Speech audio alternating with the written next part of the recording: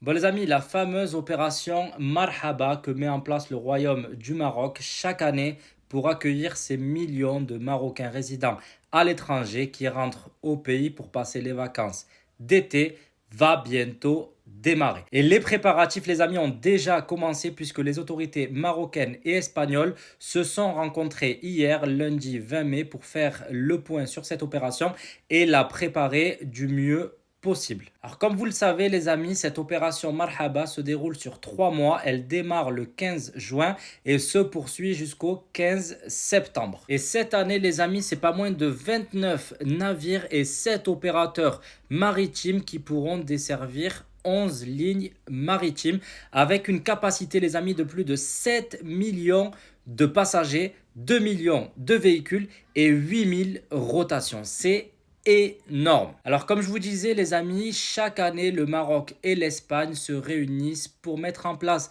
des stratégies pour le bon déroulement de cette opération Marhaba, que ce soit en termes de sécurité, en termes de sûreté et surtout cette année en termes de communication. Et là les amis, c'est un point très important pour nous les Marocains résidents à l'étranger. Et la nouveauté cette année les amis, c'est qu'un site web va être mis à disposition des Marocains résidents à l'étranger par la fondation Mohamed V pour la solidarité. Ils n'ont pour l'instant pas encore communiqué sur le contenu de ce site, mais j'imagine que ça va être des informations utiles pour tous les Marocains résidant à l'étranger qui se rendent au Maroc l'été prochain. Autre bonne nouvelle les amis, c'est la mise à niveau des infrastructures portuaires des ports de Tanger Med, Tangerville, Nador et El Hoceima, avec l'amélioration en matière de confort et d'aspect pratique, avec la mise en place par exemple d'îlots de détente, d'espaces ombragés, de passerelles, de systèmes d'affichage et de signalisation de dragage des postes car ferry. Ça franchement c'est une très bonne nouvelle